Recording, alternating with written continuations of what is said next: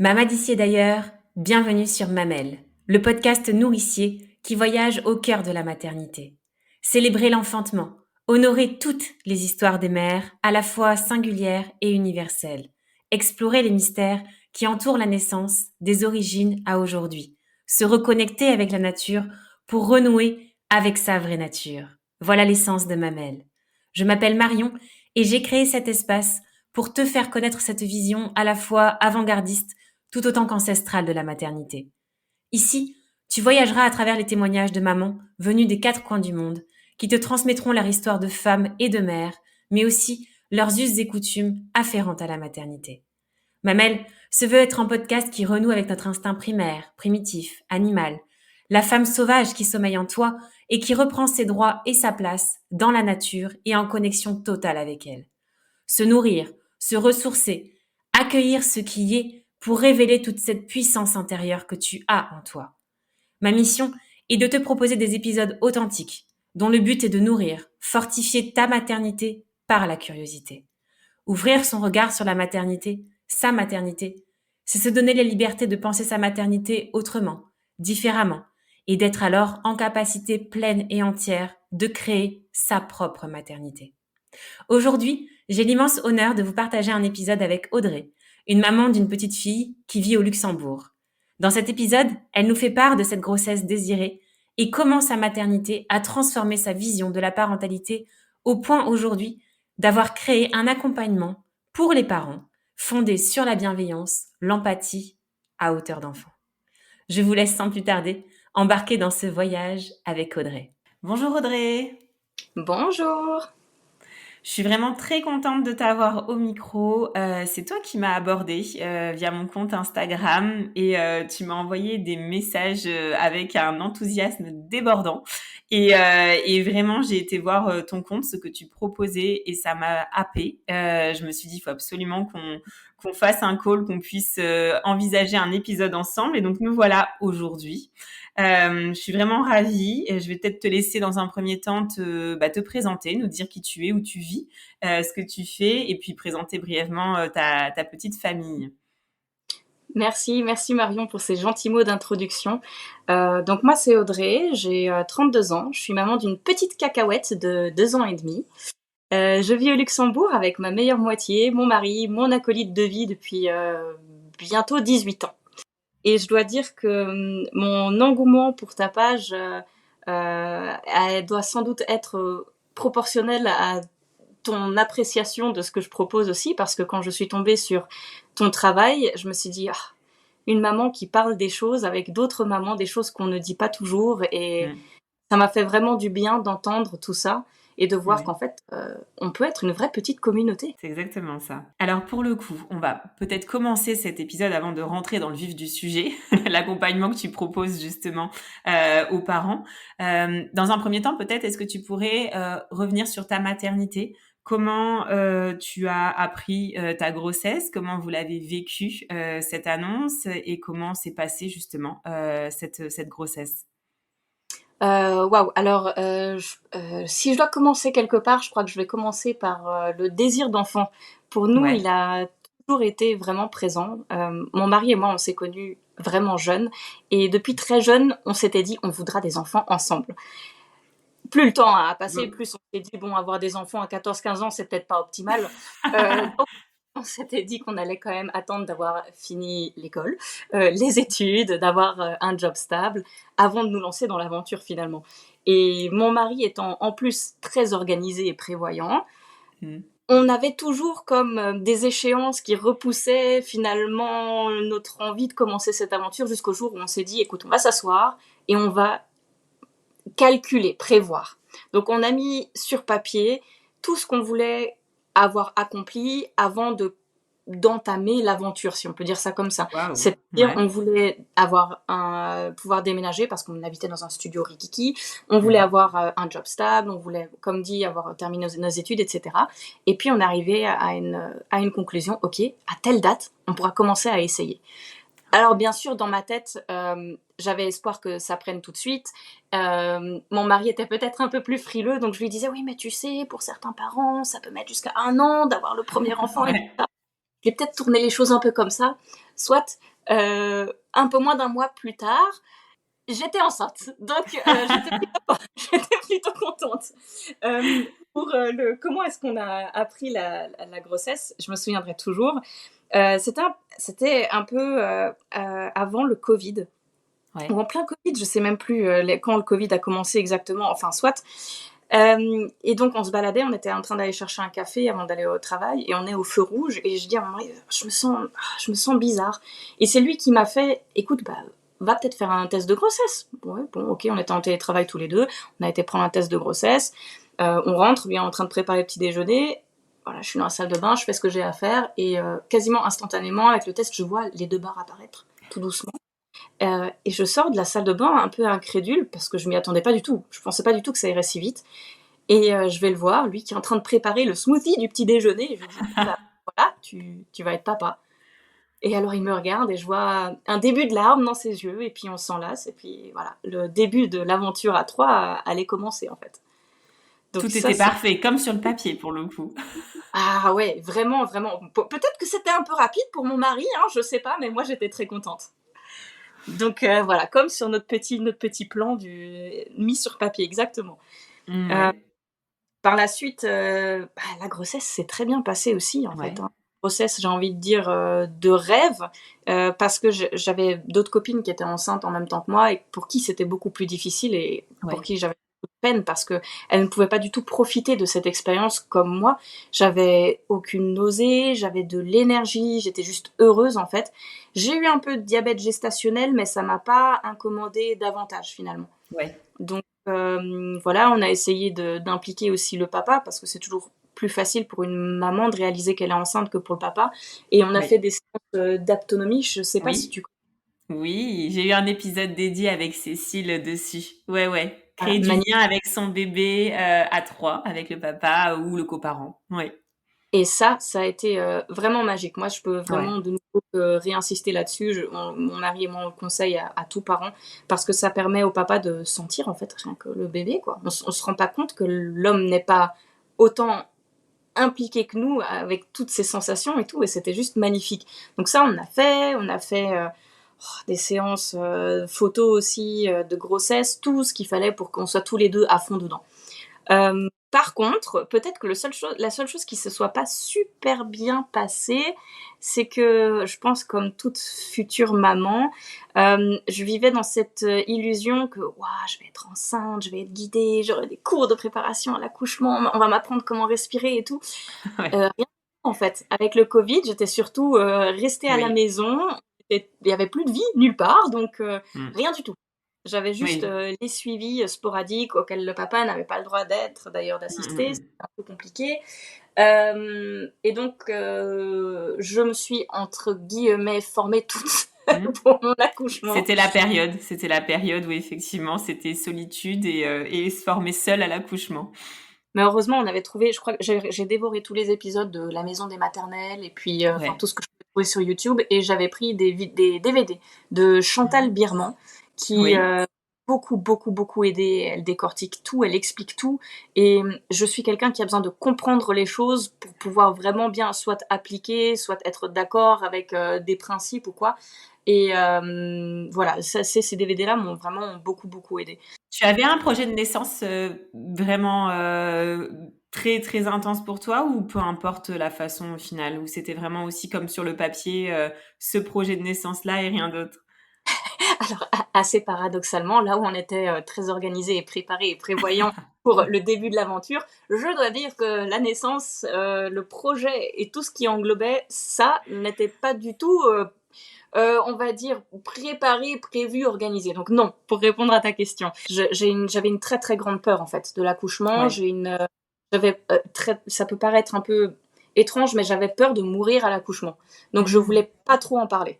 Et ouais, la seule chose que je voulais faire, parce que ça je l'ai toujours fait, même déjà à la fac, je voulais toujours voir les salles d'examen avant d'aller en examen, c'était ouais, voir la maternité, ouais, voir ma chambre, etc. Et donc ça, on a pu le faire. Donc ça, c'était bien. Ça, bon, on va mettre ça dans la catégorie du projet de naissance, même si ouais, c'est pas tout à fait la même chose, mais c'était le seul prérequis que j'avais. ouais, Parce que je savais aussi que ma gynécologue allait pouvoir me suivre, donc je savais que j'allais avoir ce pilier, mon mari allait pouvoir être là malgré le Covid, donc je n'allais pas être trop désemparée. Oui. Donc voilà, ça c'était pour le projet de naissance, si tu veux. Oui. Et alors pour son accouchement, ce que tu disais justement tout à l'heure, cette peur de mourir, est-ce que c'est lié à quelque chose, familial ou autre? Après un peu, mes recherches, une introspection, personnelle, des Ouais, discussions, je voilà, je pense que c'est peut-être lié aussi, à ma propre naissance, sachant que je suis née avec, le cordon ombilical autour du cou, que ça a été un accouchement difficile pour ma maman. Je crois que tout ça est lié. Bon, c'est un sujet très, très intéressant, mais qui pourrait prendre, je pense, tout un des épisodes. ouais. Mais non, mais c'est intéressant en tout cas, de voir justement cette introspection que tu as faite par la suite, liée à cette peur. Voilà, c'est intéressant déjà de pouvoir le dire et mettre les mots dessus. Oui, oui, parce que si d'autres mamans, ressentent la même chose, qui sont enceintes actuellement et qui t'écoutent, voilà, qu'elles hésitent pas à réfléchir aussi, à leur propre naissance. Ça peut être lié à ça aussi. C'est ça Mais, peut, effectivement.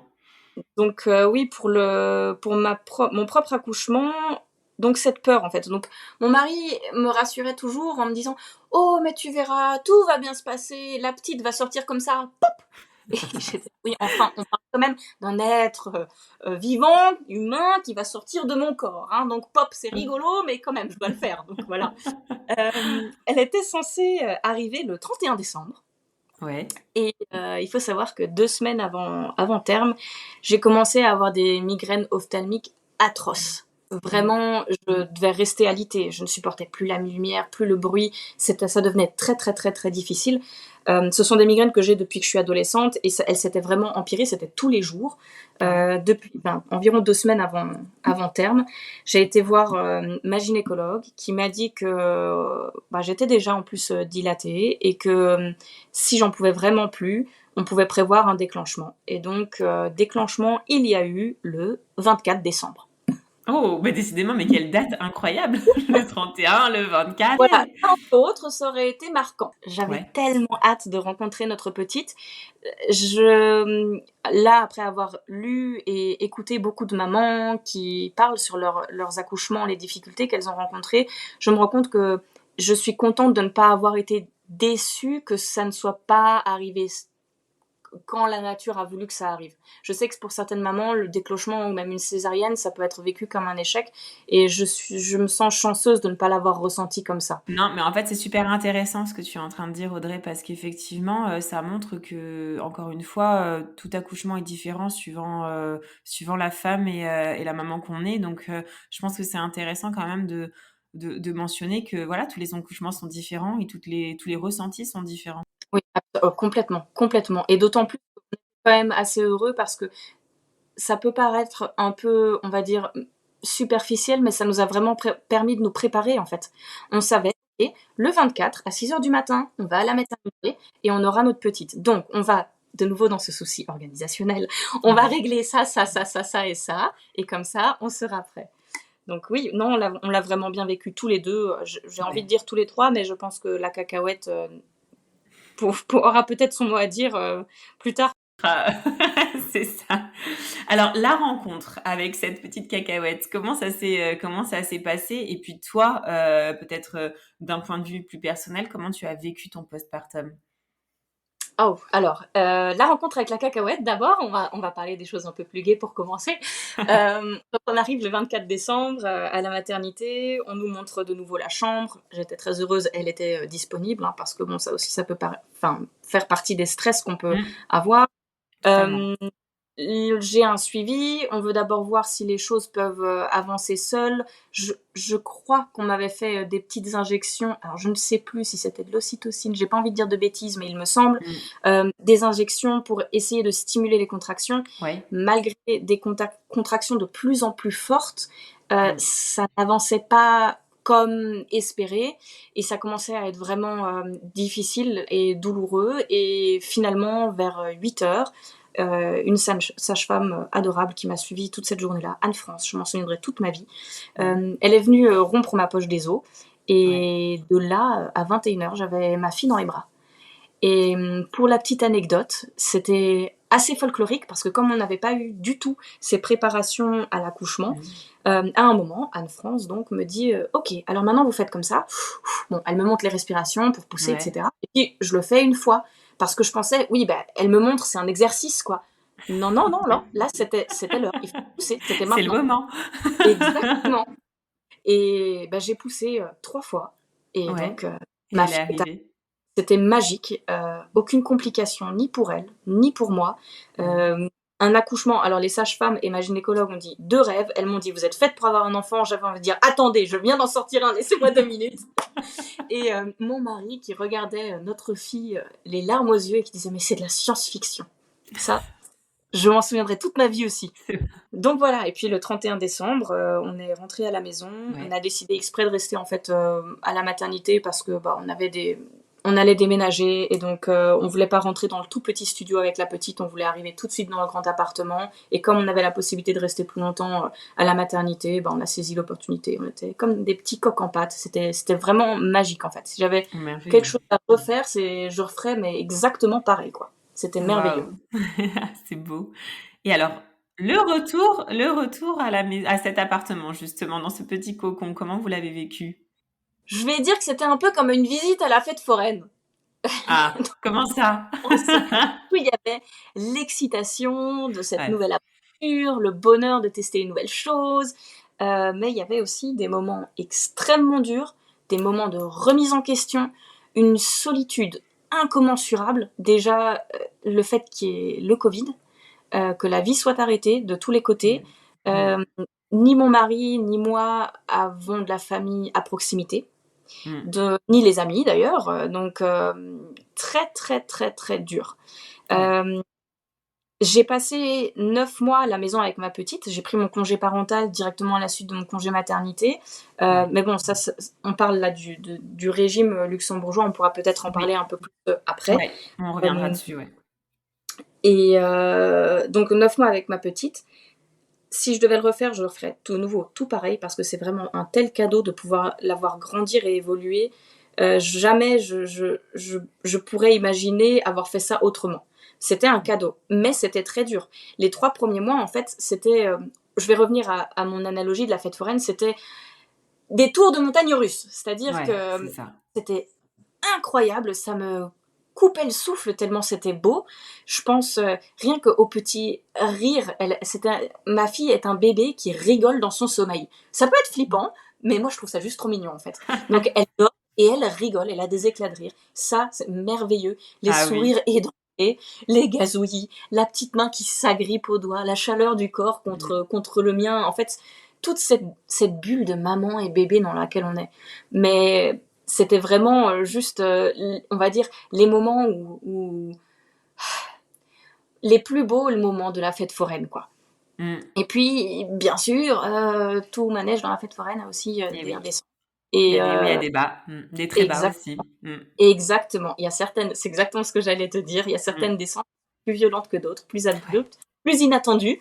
Ouais. Et je, je pense que ma première grosse chute, c'était de réaliser que mon mari était lui aussi déboussolé, mais je crois encore plus déboussolé que moi. Mmh. Euh, Si tu veux, il était en adoration totale devant notre fille, Ouais. et n'empêche qu'il n'en était pas moins extrêmement perturbé, à juste titre, hein, parce que il y a cette troisième petite personne à part entière qui arrive dans notre duo. Comme je te l'ai dit, on est ensemble depuis maintenant bientôt 18 ans, Ouais. donc on était ensemble depuis ouais, quasiment 15 ans. Quand Ouais. la petite est arrivée, on avait vécu euh, 8 ans, je crois, ensemble de ces 15 ans. Donc vraiment, on avait notre dynamique à deux, et il y a cette Ouais. petite personne qui vient en plus et qui nous accapare à 100%. Oui, totalement. Que dis-je, à 150%. Mmh. Donc c'était vraiment perdre des repères, non seulement pour moi, mais pour lui aussi. Totalement. Il était présent, donc ça, je dois vraiment lui laisser. Changer le biberon, il se levait la nuit, mais je sentais qu'il y avait une distance en fait. Et il trouvait pas sa place. Je voyais qu'il se sentait perdu. Je voyais qu'il était en deuil de quelque chose. Par après, j'ai compris que c'était ses moments à deux, ses moments pour lui, etc. Ouais. Et bon, ça c'est tout plein de choses qui sont devenues claires par la suite, si tu veux. Mais dans le moment même, quand j'ai réalisé Ouais. ça, je me disais, mais mince, dans quoi est-ce qu'on s'est embarqué? Ouais. On fonctionnait si bien, on était heureux, et puis maintenant il y a la petite qui est là, et j'ai l'impression d'être déconnectée de mon mari, j'ai l'impression que mon mari est déconnecté de moi, déconnecté de notre fille. Ouais. Qu'est-ce qui se passe en fait? Un vrai Et chamboulement, effectivement, mais quand tu as la tête dans le guidon, tu le vois pas forcément. C'est après cette vague des 3 mois, souvent, qu'on commence un peu à sortir et à observer, en tout cas, ce qui se passe et à réorganiser, justement, parce que là aussi, c'est une question de réorganisation. Ah mais complètement, absolument, c'est tout à fait ça. Mm. Et c'est exactement ce que tu dis. Les 3 premiers mois, c'était cette chute vraiment violente, ces réalisations difficiles. Je te dis même pas le nombre de fois où j'étais sous la douche en train de pleurer, pleurer Ouais. les larmes de mon corps, et puis Mm. je ressors de la salle de bain. J'ai pas envie de dire grand sourire, mais poker Ouais. face. Il s'est rien passé. Ouais, oui, oui, bien sûr. Voilà, On met le masque, mais bien c'est ça. sûr. C'est ça. Ouais. C'est Et au dur. début, on dit, bon, allez, 1, 2, 3, 4 semaines, c'est cool. Quand on est dans le deuxième mois, on se dit, bon, il y a peut-être quelque chose qui est pas tout à Mm. fait normal. Je vais peut-être essayer de parler à quelqu'un, mais il y a ce tabou autour de la maman triste. Qu'est-ce que je fais? Je me tourne vers mes proches, et je me souviendrai toujours de cette discussion que j'ai eue au téléphone avec mes parents, et que je leur fais part de ce que je ressens et de ma détresse en pleurant, Ouais. et où j'ai eu droit au ah oui oui, je sais bien, t'inquiète pas, c'est juste le baby blues, ça passera. Et cette conversation téléphonique m'a tellement bouleversée. J'ai Mm. coupé court. Je pense que Mm. j'ai dû dire que ma fille se réveillait, ce qui n'était pas du tout le Mm. cas. Elle était en train de dormir à côté de moi. Et j'ai Mm. fondu en larmes parce que Mm. je sentais dans mes tripes que c'était pas juste un petit baby blues. Non. Et plus encore qu'avant cette conversation, je me suis sentie tellement incomprise et Ouais. tellement seule. Je me suis dit, comment est-ce que des gens qui ont été parents eux-mêmes peuvent dire ça alors qu'ils sont passés par là? Alors je sais qu'on dit qu'on oublie à la longue, hein, tout ça on l'oublie, mais voilà, je me suis sentie tellement seule et un peu trahie, et j'avais l'impression que il y a en fait que le monde sait, mais le monde ne dit pas ce que ça Mm. implique que de devenir maman. C'est ça. Et c'est comme si c'était un petit secret bien gardé et un Mm. petit challenge de la vie qui est mis comme ça, auquel on est confronté, et c'est vraiment très très dur. Énorme, énorme challenge puisque c'est un vrai tournant et dans notre vie de femme, c'est un énorme tournant et ça reflète exactement aussi eh bien nos anciennes générations, nos parents, nos grands-parents. Ça résume très bien comment était perçue et comment était reconnue la maternité aussi à ces époques-là. Exactement, exactement. Et dans la même veine, c'est d'ailleurs parfois des choses qu'on entend encore. Comment est-ce que tu oses être triste? Tu le voulais cet Mm, enfant? Oui, mais c'est ça n'en ça. fait que, voilà. Non, non, mais c'est une solitude extrême et ça rajoute de la colère, de la frustration et de la détresse à la détresse de manière très inutile. Et en tout cas, nous, on essaye de tendre vers un nouveau monde et une nouvelle acceptation de justement ces premiers mois qui sont extrêmement chamboulants.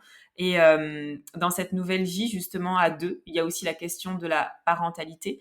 Là, tu parlais du couple, tu parlais de toi en tant que de femme devenue mère. La notion de parentalité, est-ce que vous l'aviez aussi pensé, prévu avant d'avoir votre enfant? Je dirais que non. Non? En fait, comme on a grandi, littéralement, on a grandi de façon parallèle, et puis Ouais. après, on a continué notre cheminement de jeunes adultes, puis d'adultes ensemble. Je crois qu'on s'est toujours dit que on aurait les mêmes idéaux, les mêmes principes d'éducation. Ouais. Et je dois dire maintenant, avec du recul, maintenant que Cacahuète a 2 ans et demi, je pense que même si on avait prévu quelque chose, tout aurait été chamboulé par la réalité des faits, parce que avant d'être parent, on peut pas imaginer ce que c'est que d'être parent. Non. Ça c'est clair. Vraiment, vraiment. Ça c'est Et clair. Ouais, typiquement, ouais. on avait, je pense qu'on a commencé un peu comme tout premier jeune parent, à essayer d'appliquer des conseils qu'on trouvait dans les livres, comme ci, comme ça, à réappliquer des choses que nous-mêmes on avait vécues. Et puis tout ce cheminement, tu sais, de la grossesse, le postpartum, toutes les réalisations que j'ai eues à ce moment-là, ça m'avait déjà fait avoir une introspection assez importante. Et c'est en poussant cette introspection encore davantage que on a réalisé, parce qu'on parle beaucoup, la communication est au cœur de notre relation avec mon mari, Ouais. on a réalisé qu'il y avait certaines choses à adapter, à changer, et ça nous a fait arriver à la parentalité qu'on a maintenant. Mais la parentalité qu'on a maintenant, jamais on n'aurait pu l'imaginer, même avec la plus grande imagination, même si c'est de la science-fiction, en amont en fait. Parce que toute cette introspection, cette réflexion, cette remise en question, en fait on l'avait pas faite. On était encore, on va dire, dans notre dynamique de vieux adolescents, de jeunes Ouais. adultes. C'est ça, totalement. Ouais, totalement. Alors aujourd'hui, justement, tu accompagnes les parents à la parentalité. Avant de rentrer plus en détail, quel est le constat que tu fais sur, on va dire, une majorité certaine de parents, d'enfants à peu près dans cette catégorie-là, de moins de 5 ans, on va dire. Quel est ton constat? Quel mot tu utiliserais pour les décrire? Là, j'ai envie de te poser une question à toi, qui est maman aussi d'un petit loulou. Toi, comment est-ce que tu répondrais à ta propre question? Alors moi, clairement, le constat que je vois sur, j'ai eu le même cheminement de pensée sur la parentalité que toi. Le constat que je fais, quand je vois, eh bien, comment les parents sont avec leurs enfants, je t'avoue que j'adore observer, même mes propres parents, les grands-parents avec mon enfant aussi. J'observe juste qu'ils traduisent les mots, leurs mots, sur leurs enfants. On voit qu'il y a un effet un peu même totalement, miroir et que souvent, ils ont du mal à gérer leurs propres émotions et que ce sont les enfants qui subissent, ça. Je te rejoins à 100%. C'est également le constat que j'ai fait. Mmh. Et je pense que ce qui m'a vraiment fait réaliser ça, c'est... Enfin, ce qui m'a vraiment fait réaliser ça, non. L'une des illustrations les plus marquantes de ce constat, c'est quand on arrive sur le parking de la crèche et qu'on voit des parents qui restent dans leur voiture, qui soient sur leur Ouais. téléphone ou en train de lire un livre, et on sait en fait ce qu'ils pensent. Ces parents se disent: je respire, je prends 10 minutes pour moi parce que là, je dois aller chercher mon mini, j'ai ma deuxième journée de travail qui va commencer. Et pour moi, c'est ça la parentalité. Beaucoup, hein, je vais pas généraliser, mais Ouais. Oui, beaucoup bien de sûr. parents Mmh. considèrent leur vie de parents comme Mmh. un deuxième job. Oui, Et ça m'a vraiment attristée. Ça m'a vraiment attristée. c'est Je vrai. pense que c'est l'un des plus gros motivateurs dans cet accompagnement que je propose en fait. Et c'est l'un des constats assez déstabilisants en fait. Est-ce que aussi ce n'est pas, le fait qu'on est encore dans une société où, on a ces injonctions qui sont là, et qui nous disent que pour avoir une vie, complète et parfaite, il faut avoir des enfants? C'est pas juste avoir un enfant, c'est vraiment Oui. avoir des enfants. Mmh. Quand on décide d'être parent d'enfants uniques, on a toujours la question: est-ce que tu veux un deuxième? Quand est-ce que les autres arrivent? Et le petit frère et la petite sœur? Donc je te rejoins tout à fait. Donc finalement, et c'est ce qu'on dit souvent avec mon mari aussi, certains parents deviennent parents non pas parce qu'ils en ont peut-être envie, mais parce qu'ils s'en sentent un peu inconsciemment forcés par la société. Et C'est ça. qu'une fois le fait accompli, bien sûr qu'ils les aiment, leurs enfants, mais ils sont Mmh. déstabilisés parce qu'ils ne pensaient pas que ça allait être autant d'investissement émotionnel. Alors toi, justement, qu'est-ce que tu proposes comme accompagnement, aux parents? Quel est ton alors tu dis effectivement sur ton compte, pardon, Instagram, que tu proposes une aide en tant que mentor. Est-ce que tu peux nous développer un petit peu, ce que ça inclut? Oui, bien sûr. Donc en fait, tout ce vécu, tout ce bagage que j'ai porté avec moi toutes ces dernières années m'ont fait réaliser beaucoup de choses. Comme je te le disais tout à l'heure, j'ai fait une introspection que je qualifie Mmh. toujours de violente parce que c'est jamais très agréable en fait, ce qu'on découvre, que ce soit sur soi ou sur sa propre enfance. Mmh. Et petit à petit, je me suis rendu compte que, étant donné que déjà dès les premiers mois, mon mari était pas trop disponible émotionnellement, c'est venu par après bien sûr, mais voilà, que mon mari n'était pas très disponible émotionnellement, que mes amis sont à des centaines de kilomètres, et puis je vais pas les embêter avec ça, Mmh. que pour mes parents c'était juste un baby blues, donc ça allait passer. ok, ça veut dire que je suis seule en fait. Donc je dois trouver moi-même une façon de gérer ça parce que je vois dans les yeux de ma fille que je ne peux pas continuer dans une dynamique aussi sombre et Ouais. qu'elle ne mérite pas cette dynamique sombre. Et donc j'ai commencé en fait à chercher des clés pour Mm. améliorer ma relation avec ma fille. Et très vite, ce sont des outils, des méthodes, des réalisations, des réflexions qui m'ont poussé à en fait réaliser des choses qui ont complètement transformé ma façon de gérer ma parentalité et Mm. accessoirement, ça a transformé mes relations avec tout le monde, que ce soit Ouais. avec mes amis, que ce soit avec mon conjoint. Et ce que je propose, moi, ici, c'est de guider les mamans, je dis maman parce que j'ai très peu de papas, les mamans qui ont vraiment envie de transformer et de trouver la sérénité, elles aussi, parce que c'est Ouais. possible. Pas plus tard qu'avant-hier, j'avais une maman au téléphone, les larmes aux yeux, elle me dit, mais je peux te poser une question. Et est-ce qu'on arrive à un moment à trouver l'équilibre entre travail et famille? Et ça m'a vraiment bouleversée parce que je me suis dit, mais oui, oui. Et Mm. les clés sont en chaque maman, en fait. Et tous les parents peuvent atteindre cette sérénité et ce bien-être et la joie d'aller chercher son enfant à la crèche plutôt qu'envie de reculer et d'attendre encore plus. Donc voilà, moi je propose en fait, si tu veux, ce suivi sur plusieurs séances, c'est holistique dans le sens où Ouais. ça englobe plusieurs disciplines. On va vraiment faire un travail profond sur le parent qui s'engage dans cette transformation pour lui. Et ça change des vies. Mon mari est aussi toujours bluffé parce que les mamans me laissent des témoignages, me laissent des mémos vocaux aussi, Ouais. en me disant la plus-value du travail qu'on a fait. Et de semaine en semaine, elles se rendent compte de l'amélioration de la situation. Et la raison, finalement, je pense que peut-être même inconsciente pour laquelle je veux faire ce suivi avec les mamans, c'est parce que je sais qu'en changeant la perspective des parents et leur façon d'être parents finalement, non seulement j'améliore leur propre vie, mais eux donnent un cadeau d'une valeur inestimable à leurs enfants parce que leurs enfants apprennent dès le plus jeune âge à être empathiques, forts, Ouais. ouverts d'esprit, généreux.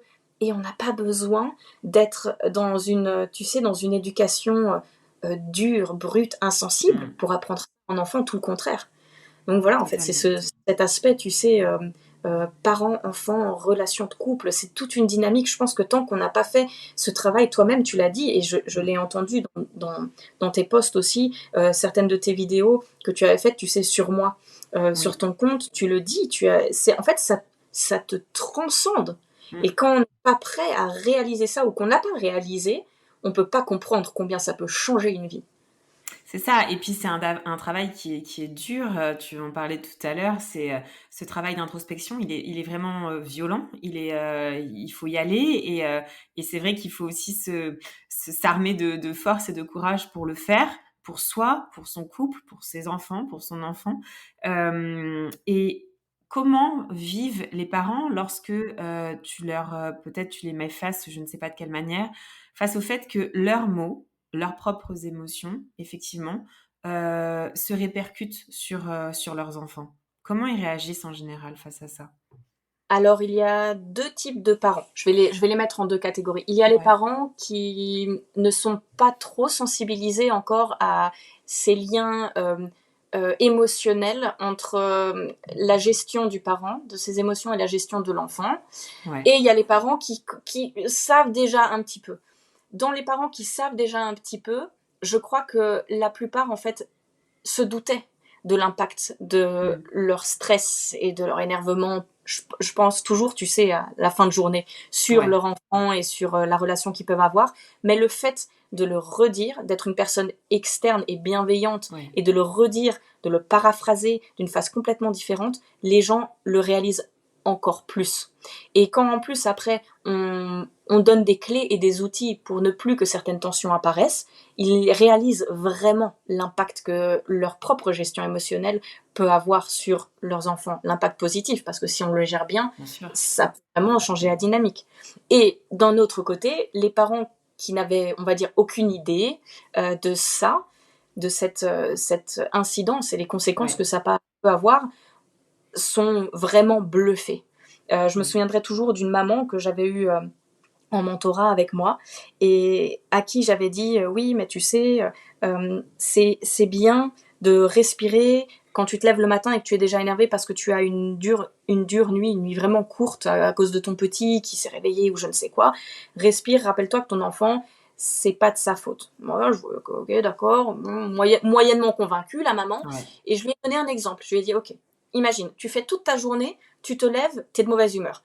Tu vas t'habiller, tu vas être de mauvaise humeur parce que ton eau préférée est au sale. Tu vas vouloir faire un café, il n'y a plus de capsule. Tout va de travers. Tu arrives au boulot, tu as une montagne de choses à faire. Ton boss, en plus, à 4 heures, il t'appelle, il t'engueule parce que tu n'as pas fait ce que qu'il t'avait demandé de faire. Tu arrives, évidemment qu'arriver à la crèche, t'as pas nécessairement l'énergie de Oui. t'occuper de ton mini qui, lui, n'avait qu'une hâte, passer du temps avec maman. Mm. Et donc, toute ta colère, ta frustration, ton énervement va se ressentir. Tu vas être moins patiente parce que il veut pas mettre sa veste, il veut pas mettre ses chaussures. Tu vas essayer de lui forcer sa chaussure sur son pied, ça va lui faire mal, mais toi, tu vois pas que ça lui fait mal. Donc, tu vas juste t'énerver. Lui, il va pleurer, tu vas lui crier dessus parce que tu sais pas pourquoi il pleure. Tu le forces dans son siège, dans sa voiture, etc., etc., etc. Et là, j'ai vu que déjà, oui, ça lui parlait déjà un peu plus. Et puis, je lui ai dit, refais cette journée en ayant respiré 5 minutes le matin. Ouais. Et là, je lui dis, regarde, tu respires, tu relativises. Tu dis, ok, ça va aller, je peux gérer. Oui, ma nuit était courte, mais ça va aller. C'était que cette nuit. La nuit prochaine sera peut-être meilleure. Et là, finalement, ok, ton haut préféré, il est au sale, c'est pas grave, tu vas mettre cette robe, elle te va très bien aussi. Il y a plus de café, c'est pas grave, je vais faire un thé. Et tu prends en fait toute ta journée de façon beaucoup plus sereine. Ce qui fait que quand tu arrives et que tu retrouves ton enfant, tu es heureux de voir ce petit rayon de soleil qui voulait passer du temps avec toi. Et tu as plus d'énergie et de volonté.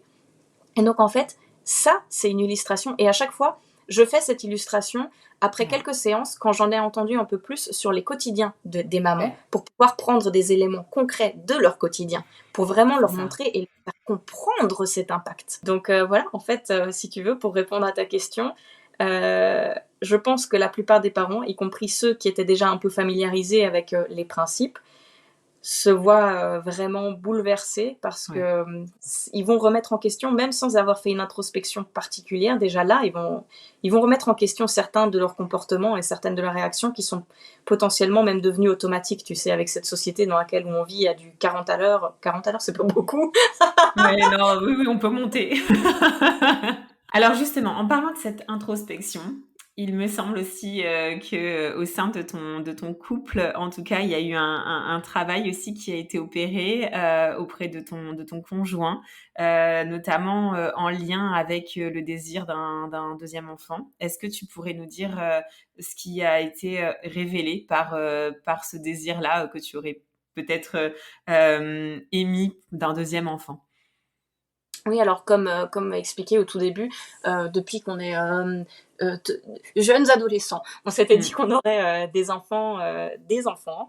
Ouais. On a eu notre cacahuète et puis comme je te l'ai expliqué, ça a été très dur pour l'un et pour l'autre, et je crois peut-être même encore plus dur pour mon mari.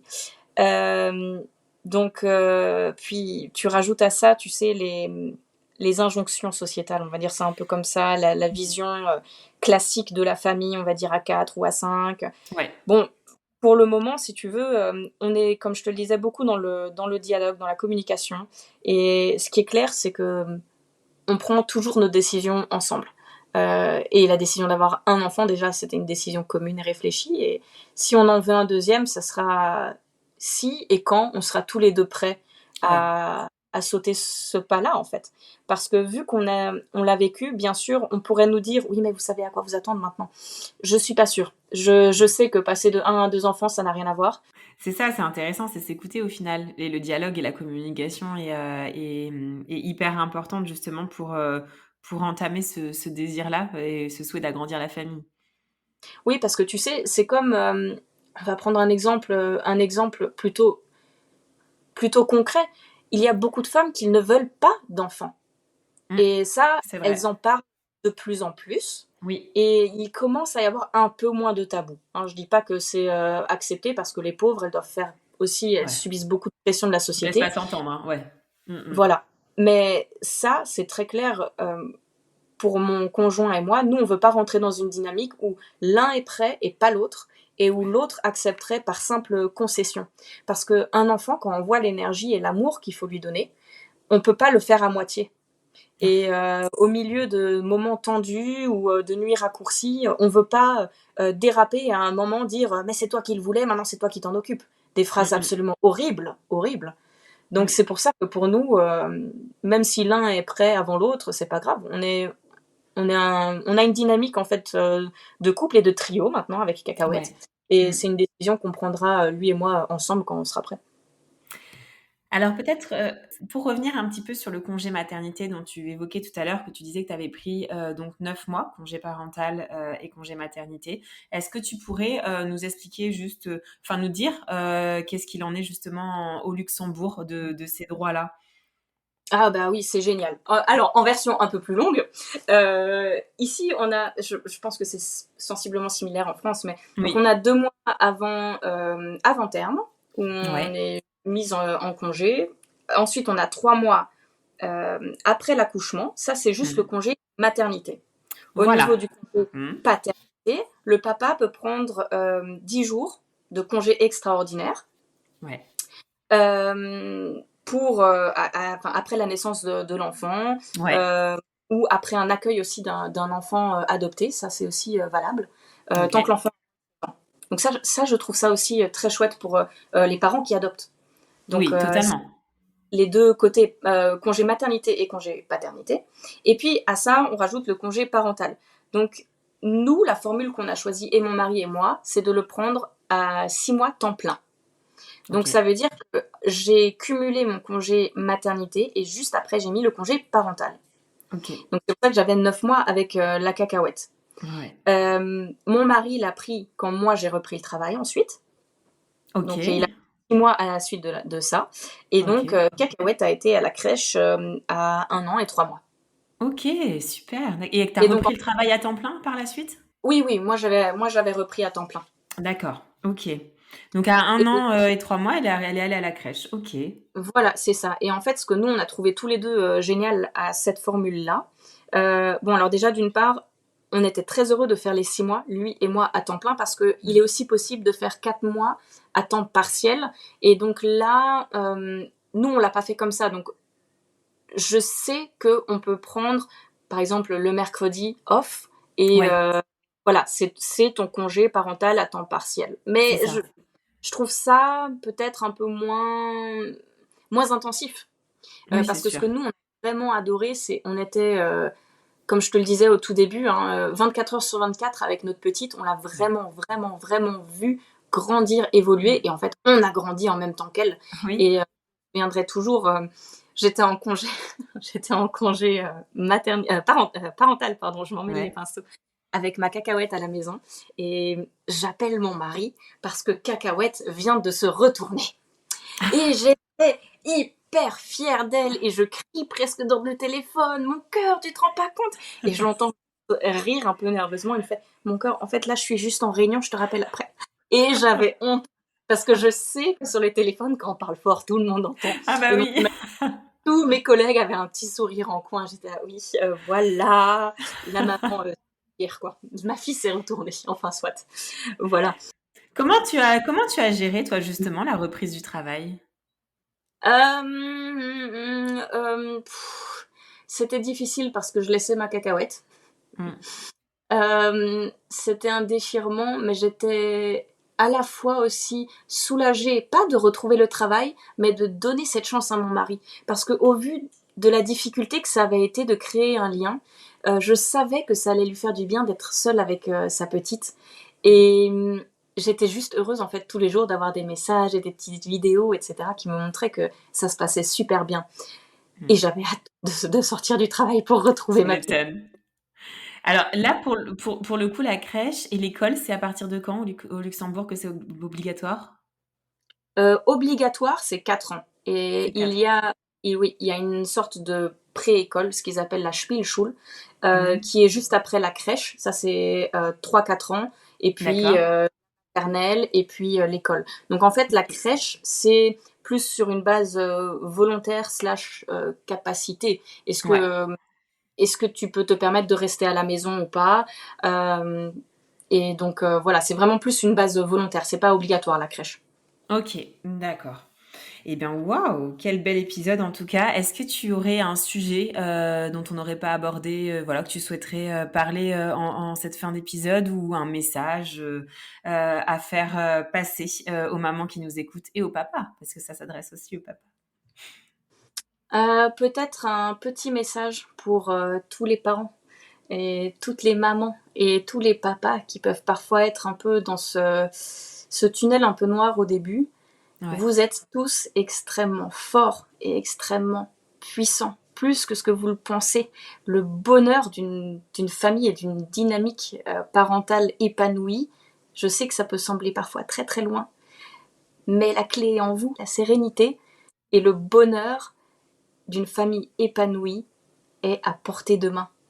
J'ai juste envie de dire, chers parents, chers papas, chère maman, ne vous sous-estimez pas. Vous avez un pouvoir énorme. Osez rêver, osez croire et vous allez découvrir un bonheur incroyable avec vos enfants. Waouh! Merci beaucoup, Audrey. Vraiment, j'ai bu tes paroles du début à la fin de cet épisode. Tu es extrêmement rayonnante et inspirante et puissante aussi.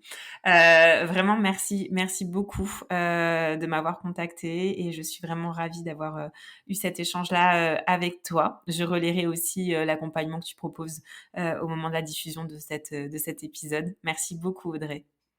Marion, c'est moi qui te remercie du fond du cœur. J'adore ces discussions. Ta chaîne est juste incroyable. S'il te plaît, continue. Ça fait du bien à tous les parents. Vraiment. Du cœur. Merci. Merci.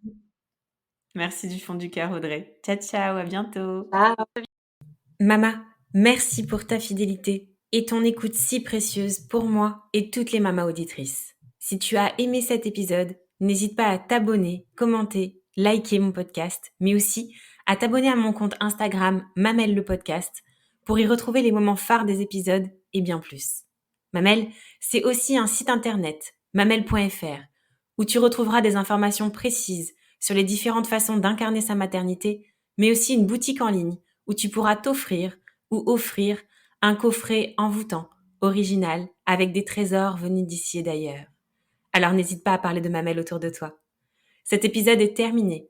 Je te dis à très vite pour un nouvel épisode, mais en attendant de se retrouver, maman n'oublie pas, ta maternité t'appartient. Elle est un univers aussi merveilleux que le monde à explorer.